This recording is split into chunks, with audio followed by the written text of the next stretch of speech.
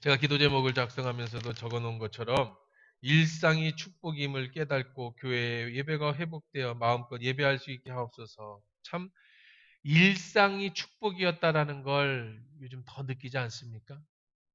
이렇게 사람들을 못 만나고 예배를 드릴 수 없는 상황이 이르니까 우리가 마음껏 사람을 만나고 마음껏 예배를 드릴 수 있었다라는 게 얼마나 큰 축복인가.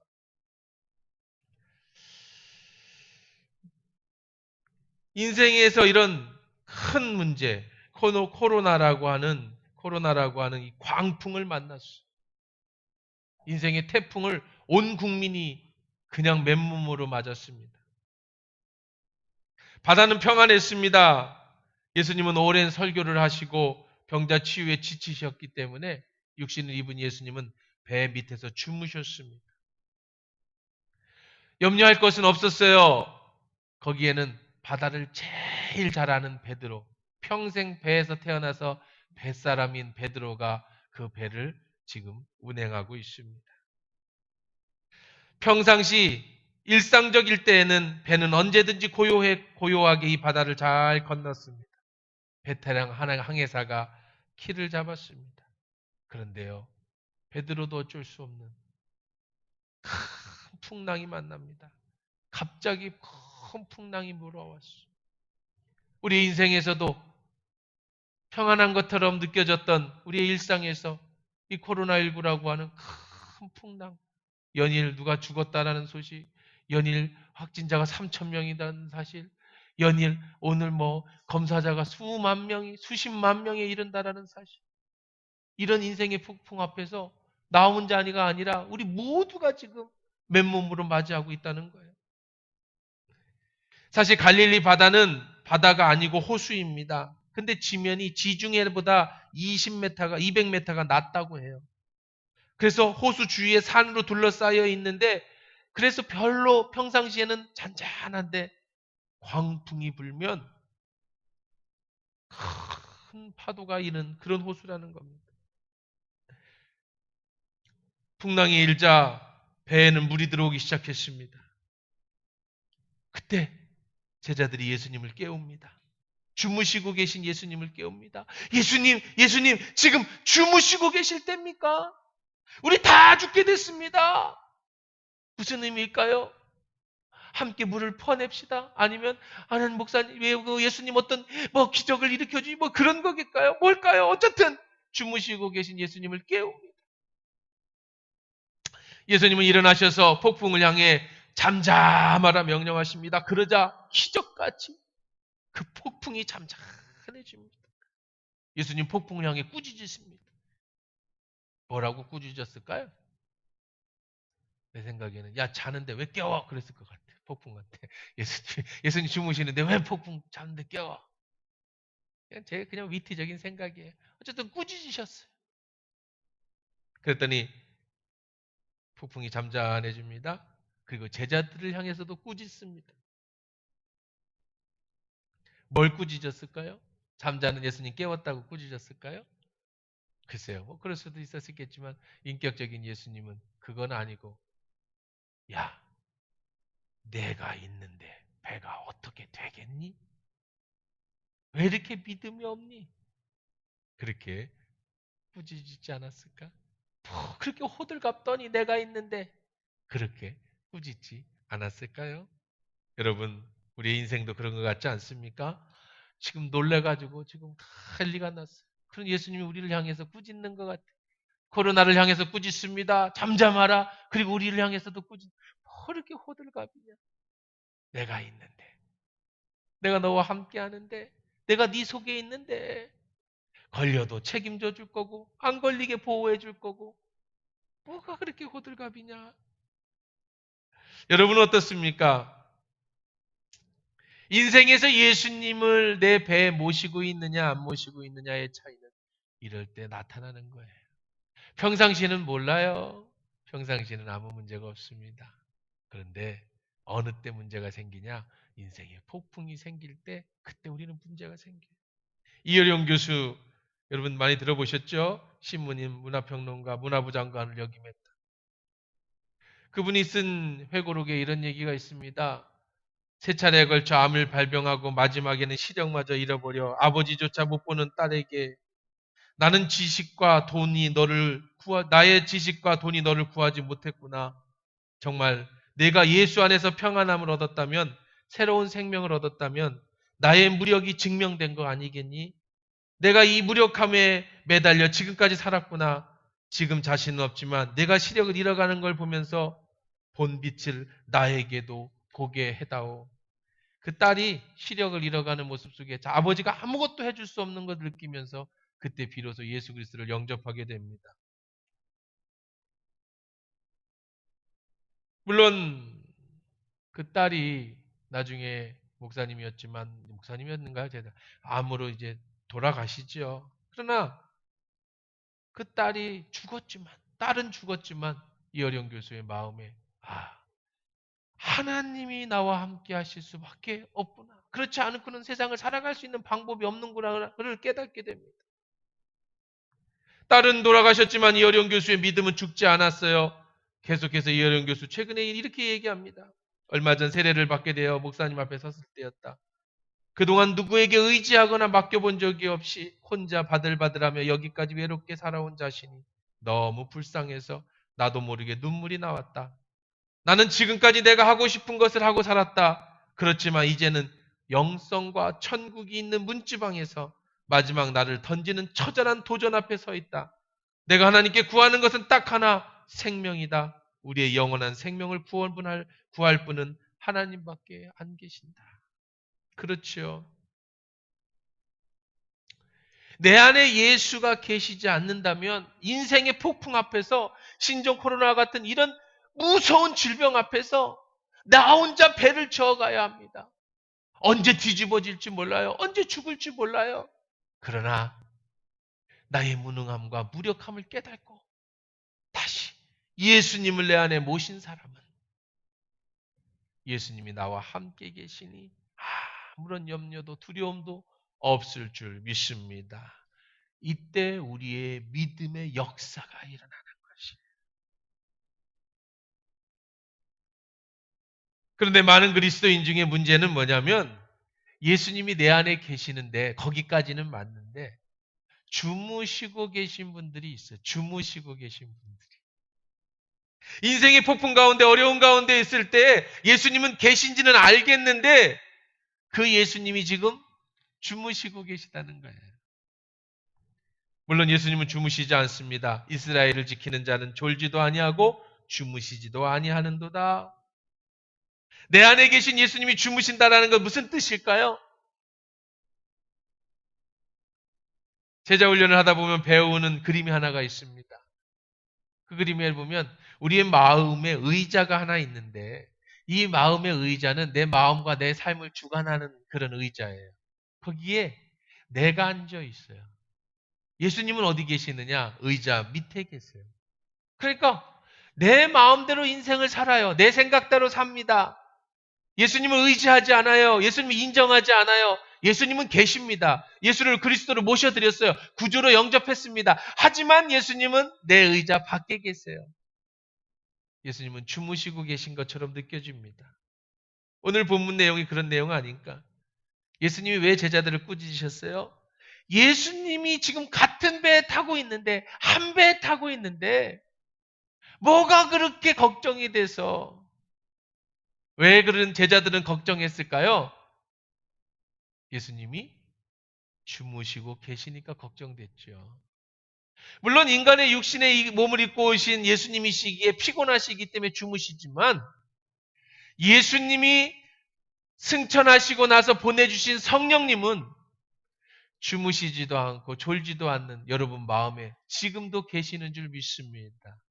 그러니까 우리는 걱정하지 말아야 된다는 거예요. 37절에 보면 큰 광풍이 일어나며 물결이 배에 부딪혀 들어와 배에 가득하게 되었다. 배에 물이 가득 찼어요. 곧 가라앉게 생겼다는 거예요. 거기에 누가 타고 있었다고요? 평생 고기 잡는 어부 베드로가 타고 있었잖아요. 안드레가 타고 있었잖아요. 그런데 그들도 해결할 수가 없어요. 그래서 이런 폭풍은 지금까지 본 적이 없어요. 배가 곧 침몰하게 생겼어요. 안전해서 이 정도면 괜찮을 것 같았는데 요즘 코로나19도 보세요. 대통령이 이제 거의 끝날 거라고 다 됐다고 얘기하고 이틀인가 3일 있다가 지금 뭐 걷잡을 수 없이 지금 전 세계가 제가 한번 그런 말씀 드렸던 것 같은데 이러다가 잘못하면 한국이 다른 나라 중국처럼 못 가게 될 거다. 막았어야 된다. 이런 말씀 한번 드린 적이 있는데요. 결국 뭐 중국을 못 막는 바람에 중국보다 더 무서운 나라가 한국이 됐잖아요. 중국보다 더 무서운 나라가 한국이 됐다. 지금 여러분 잘 아시는 것처럼 뉴스에서도 본 것처럼 베트남에 가던 비행기가 돌아온 거는 다행이에요. 먼저 내린 사람들은 지금 구금이 돼가지고 하루에 샌드위치 하나, 우유 하나 주면서 지금 이렇게 며칠째 그러고 있는 거예요. 그럼 이 와중에 왜 여행을 가고 그래? 여행을 간 게 아니라 베트남에 살고 있는 우리 교민들이에요. 한국에 지금 이런 사태가 나고 하니까 이제 돌아가야겠다 하고 돌아간 거였는데 그렇게 되니까 베트남에서 안 받아주는 거죠. 처음에는 그냥 뭐 예수님 주무셔도 괜찮을 줄 알았어요. 뭐 유능한 베드로가 뭐 배 잘 저어가니까. 근데 점점점 파도가 커지면서 물이 들어오니까 이 배가 가라앉게 된 거예요. 처음에는 이 코로나19가 그냥 끝나는 줄 알았어요. 세계적으로 박수를 받았어요. 야, 대한민국 잘 방어했다. 야, 중국 사람들 안 맞고도 저렇게 할 수 있구나. 그런데 불과 2, 3일 만에 신천지라고 하는 그런 다크호스가 어디서 튀어나와가지고 하나님의 심판, 여러 가지로 심판하시는 걸 보면 참 놀랍습니다. 그제 되니까 어떻게 해야 돼요? 그때가 되니까 이제는 깨워야 됩니다. 어쩔 수 없어요. 죽게 됐어요. 예수님 깨워야 됩니다. 사랑하는 성도 여러분이요. 저는 이번 신종 코로나19를 통해서 여러분 속에 잠자는 예수님을 깨울 수 있는 기회가 되길 주의 이름으로 축원합니다. 내 안에 돈이 있어서, 내 안에 능력이 있어서, 내 안에 건강이 있어서, 내 안에 권력이 있어서 예수님은 주무시셔도 괜찮습니다. 그냥 내 방식대로 살아도 괜찮습니다. 라고 살았던 인생이 이 폭풍 앞에서 아이고야 나는 아무것도 아니로구나. 주님 깨우지 않으면 주님이 내 중심이 되지 않으면 내가 살 수 없는 인생의 죽음 앞에서 덜덜덜 떠는 불쌍한 우리들의 모습을 발견하게 된다는 거예요. 광풍이 일어났어요. 37절에 광풍. 광풍이라는 말은요.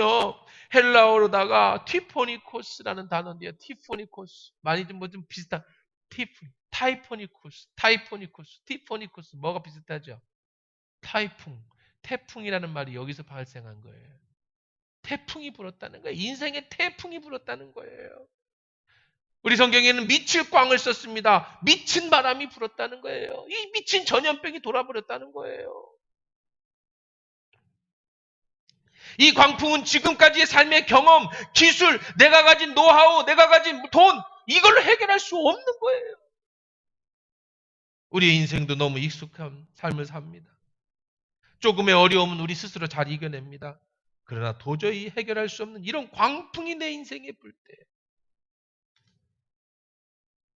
어부 베드로, 안드레, 평생 고기 잡고 평생 배몰던, 평생 그 갈릴리 바다가 자기의 삶이었고 터전이었던 베드로도 두 손 들고 안드레도 두 손 들고 어쩔 수 없이 예수를 깨우게 되는 38절 예수께서는 고물에서 베개를 베고 주무시더니 참 예수님도 편안하게 그냥 배 밑에서 베개 베고 주무신다고 표현하고 있어요. 제자들이 깨우며 이르되 선생님이여 우리가 죽게 된 것을 돌보지 아니하시나이까. 묘사가 재밌죠. 아예 주무실 작정을 하고 주무셨어요. 예수님이 그냥 조신 게 아니에요. 야 다 오면 깨워라 하고 베개 베고 편안하게 주무셨다는 거야. 밖에 태풍이 불든 물이 들어오든 예수님은 뭐 하고 계세요? 주무시고 계시죠. 여러분에게 그런 평안함이 있길 주의 이름으로 축원합니다. 예수님은 주무시고 왜 그렇죠? 예수님은 태풍에 광풍에 두려움이 없으신 분이야. 우리가 그 믿음이 있으면 두렵지 않은 거예요. 편안하게 주무신 것처럼 우리는 예수님이 내 안에 분명히 계시다는 믿음 안에서 예수님의 그 평안함이 여러분에게도 있기를 간절히 축원합니다.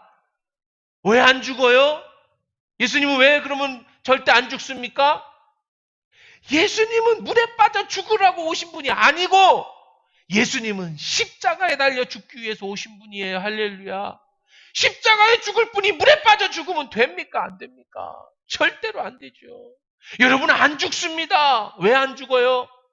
여러분의 사명이 아직 남아있으면 신종 코로나19 그런 거에 안 죽어요. 걱정하지 마십시오. 만약에 죽는다면 여러분의 사명을 다 한 거예요. 우리는 영원한 천국에 가게 될 것이요. 그러니까 걱정하지 말라고. 사명이 있으면 안 죽고 사명 다 했으면 죽는 거예요. 고통스럽게 살다가 죽을래요? 그럴 필요는 없지 않겠습니까? 그러니까 두려워하지 말라고요. 무엇 때문에 두려워합니까? 무엇 때문에 걱정합니까? 죽는 것이 걱정입니까?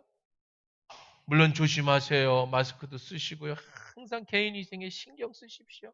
내가 마음대로 다녀놓고 코로나 걸려서 하나님 뜻이 있다 뭐 그러면 안 돼요. 그러나 내가 최선을 다했지만 파수꾼의 경성함이 허사로다. 아무리 내가 해도 걸릴 수밖에 없는 운명이라고 한다면 하나님은 이것이 나의 마지막 하나님이 데려가시고 위한 것이라고 한다면 그럼 가는 거죠. 영원한 천국이 우리 속에 있을 거니까. 그 전까지는 예수님은 십자가에서 죽으셔야 하기 때문에 절대 물에 빠져 죽지 않는다라는 것. 여러분이 교회에 맡겨준 사명, 가정에서 맡겨준 사명, 직장에서 맡겨준 사명, 하나님이 여러분에게 주신 그 사명이 분명히 있다면 그 사명 때문에 여러분을 살리시고 여러분을 지키시고 여러분을 보호하여 주실 줄 믿습니다. 그러니 내 안에 예수가 계시다라는 확신이 있어야 돼요. 목회를 하다 보면 별의별 일이 다 있습니다. 여러분들이 회사 일 하시는 것도 어렵고 사업하시는 것도 어렵고 학교 다니는 것도 어렵지만 목회자도 엄청나게 어려워요. 왜냐하면 성도 수만큼 가정의 대소사, 성도 수만큼 문제 다 같이 가지고 가지 않습니까?